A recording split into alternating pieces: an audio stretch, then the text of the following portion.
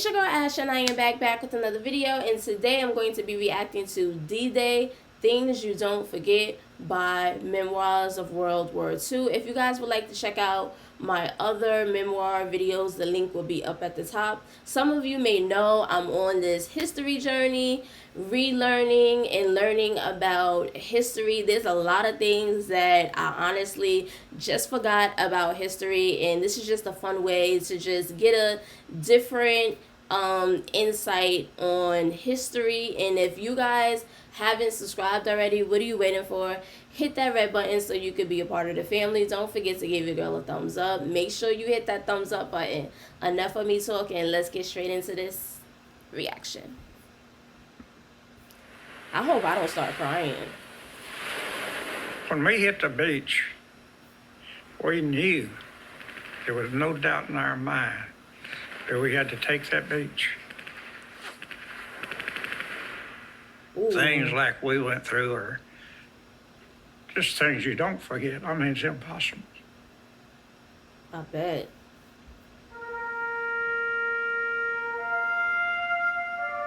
Probably just have like nightmares and stuff like that all the time.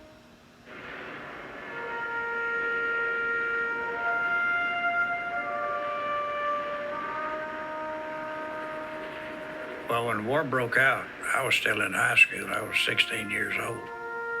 I didn't think the war would last 6 months, really, when I first heard about it.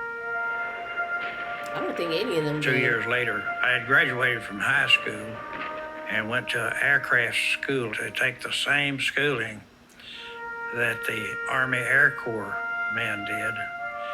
And I went down there trying to get in the Air Force, and I was drafted in the Army. Although he had his sights set on the skies, He was handsome. Harold McMurrin was sent to the United States Army with the 546th Maintenance Company. The closest he would come to an airplane would be as a repairman for a height finder, an instrument used to determine the altitude of enemy aircraft. But to where Harold would be deployed was still a mystery.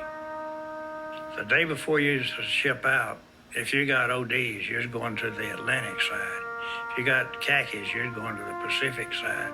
They didn't have to tell you. When you went through there and they started issuing those clothing, No. you knew where you was going. And we didn't want to go to the Pacific, so we lucked out in that respect of going to the European theater.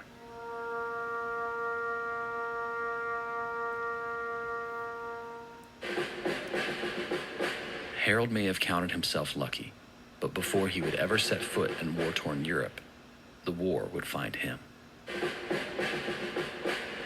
We were sent down to the English coast. That was one of the worst places that you could be because the Germans had Air Force bases just across the channel. And they would bomb us just about every night. Wow. And we had foxholes to get in. But if one of those 500-pound bombs dropped within 100 yards of you, it'd bounce you out of that hole just like you had springs in your shoes. Wow. And you crawl back in another one, hit close, do the same thing. But the nightly bombings were only a glimpse of what was to come. Soon, Harold would find himself advancing, straight into the jaws of death. Oh, look at those tanks. I guess that was like another one of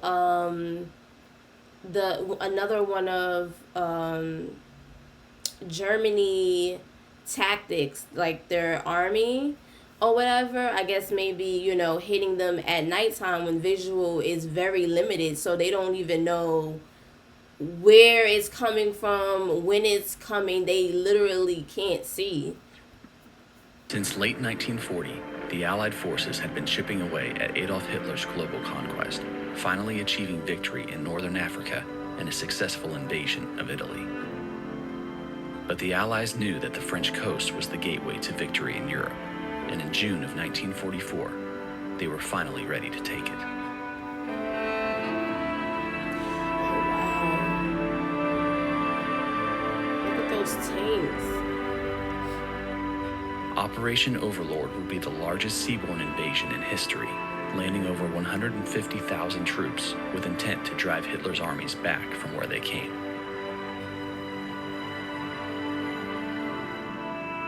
Germany knew the invasion was coming. The only question was where.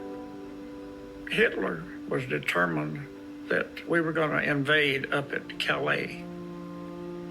And he kept his 2 SS divisions up there, even when his generals told him that we was coming in on the beach. He said, that's just a decoy down there. But the real decoy was just off the coast of Calais, where the Allies amassed a false army under the supposed leadership of General George Patton to draw Hitler's attention away from the beaches of Normandy. Up on Calais, on the English side, they were putting tanks made of rubber, blow them up, trucks and everything up there, just stacking them in there. The deception had worked, and the defending German forces were split. That was smart. In the early morning of June 6th, the invasion was underway. We loaded on the LST, and we started to move out. But it seemed like anything that could go wrong did go wrong. The Navy bombardment and Allied bombers missed crucial German targets, leaving the enemy defenses largely intact. Wow. American tanks sank beneath the waves before they could reach the shore, and the airborne paratroopers deployed behind enemy lines were left scattered and disoriented by adverse weather and enemy firepower. The 101st and 82nd Airborne Division, they dropped before daylight, and that was a disaster. Yeah.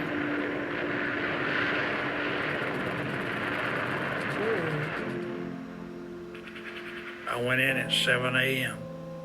The bodies were drowned and been killed while they were still in the water.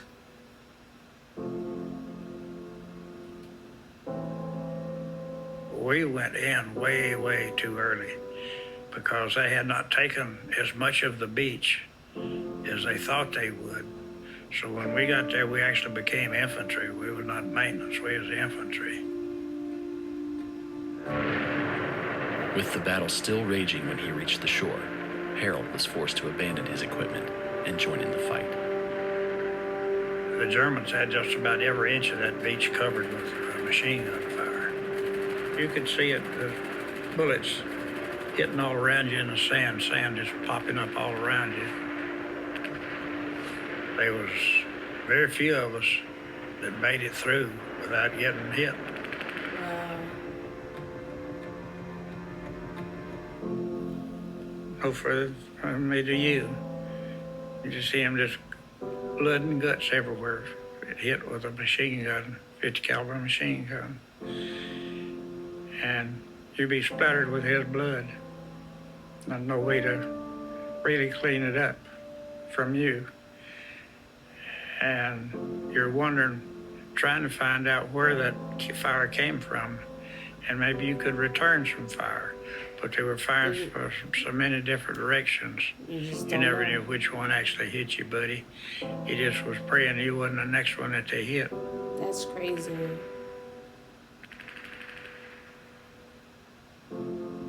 Hear them hollering, begging for help from the guys that was wounded, and some that was wounded trying to get up under the sand dune that was there. That was the best protection that was there at that time. But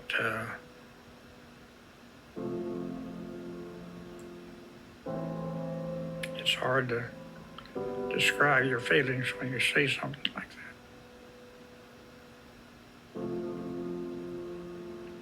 And the people that got less credit for what they did was the medics. They did not have very much training either, but they did a good job.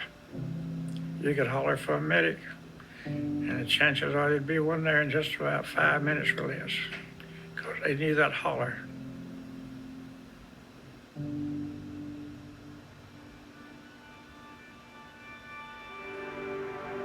In spite of tremendous casualties, failed plans, and fierce German resistance, The battered Allied soldiers reorganized, improvised, and persevered until their objectives were completed and the beaches were taken.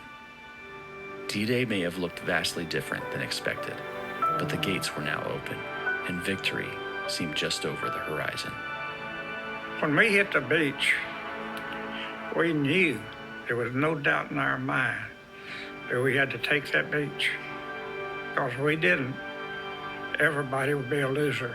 And But we would everybody probably would have been sacrifice dead. everything we had to take that beach. And I think that's the reason we got it. And they didn't even have much to take the beach with. But they did. Hey everyone, I'm Josh from Memoirs of World War II, and I just want to say thank you for watching this episode and also give you an opportunity to join up with what we're doing. We're dedicated to reaching as many veterans of the Second World War as we can, both here in the U.S. and across the world, but we're running out of time. The youngest World War II veterans are in their 90s, and every day we're losing more and more of them. So here are 3 simple ways that you can join with us. First, consider supporting us through Patreon. Patreon is a subscription-based service that keeps projects like this one going. Second, you can share these videos with your family and friends. It's a great way to honor these veterans and get these stories out there. And finally, consider subscribing to our YouTube channel and click the notification bell so you don't miss a single episode. Thanks again for your support, and thank you for watching. Wow. That's amazing that they were able to bounce back, and they really didn't even have that much equipment, and they didn't have that much soldiers once they got to the beach, because majority of the soldiers, they were hit coming to the beach on the sea. I only just could imagine the type of PTSD these soldiers suffer, memories that they suffer, nightmares that they suffer at night. Man, they definitely risk their lives for us, and it's just amazing that they're here and able to tell their story. It's just amazing. Comment down below, let me know what you guys think. Give your girl a thumbs up, and I'll see you guys in the next video. Bye, fam.